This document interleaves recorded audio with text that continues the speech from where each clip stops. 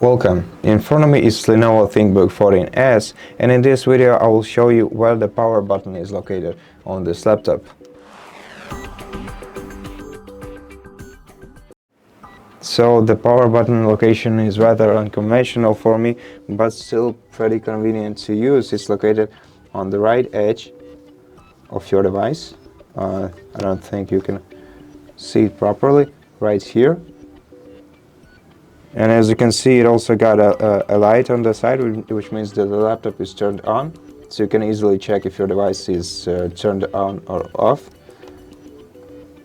And yeah, to turn off your device, hold it down. To turn it on, just press it once. And that's it for this video. Thank you for watching it. If you liked it, consider subscribing to our channel, leave us a like and a comment below, and I'll see you in the next one.